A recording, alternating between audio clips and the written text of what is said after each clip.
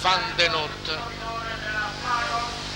ed è ancora la Fagor che va all'attacco.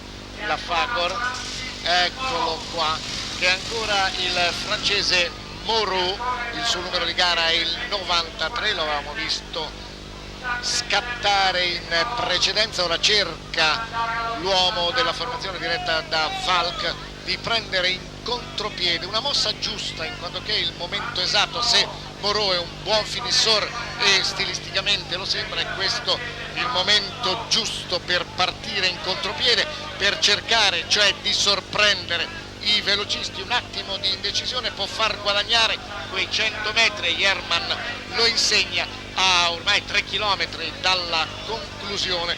Vediamo, ecco, ora sarebbe bene poter vedere quale squadra è impegnata nell'inseguimento, cioè chi si ritiene abbastanza forte per tentare di raggiungere Moreau. Siamo a 2 chilometri dalla conclusione, ancora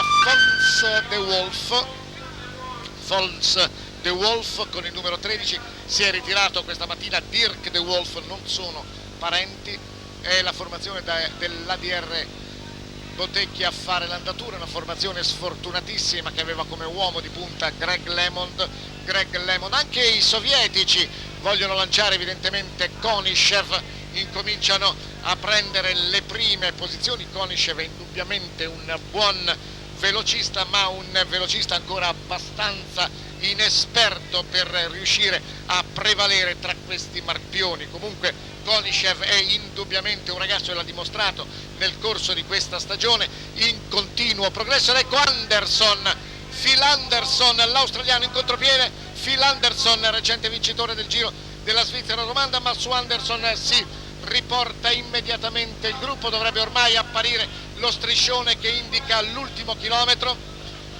Avevamo detto in precedenza che ci stupiva Johan van der Velde, un atleta che aveva fatto grandi cose non solo al Giro ma anche al Tour. Ci stupiva ancora Giuliani vederlo nelle ultime posizioni, un corridore come lui, abituato ai successi, abituato a primeggiare, con una forma ancora carente. Evidentemente non se l'è sentita di continuare, si erano imbastite illazioni, si era parlato addirittura di una fuga con 4 ragazze, beato lui. Poi alla fine invece ha dichiarato: sono scappato per evitare che mi convincessero a rimanere e non ce la facevo più a rimanere, ad arrivare sempre ultimo in queste condizioni. Siamo ormai allo sprint, gruppo compatto con la maglia ciclamino. Intanto vedete la scritta inneggiante a Boffo che è ora compatto, mentre vediamo che il direttore del Giro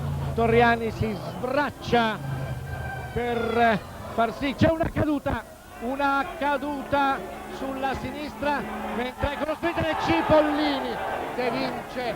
Finalmente Cipollini è riuscito ad azzeccare lo sprint. 2 secondi posti Cipollini, mentre vediamo Mariuzzo che vediamo anche Saronni stanno facendo cenni incredibili. Deve essere successo qualcosa di molto grave, che scuotevano il capo Santini.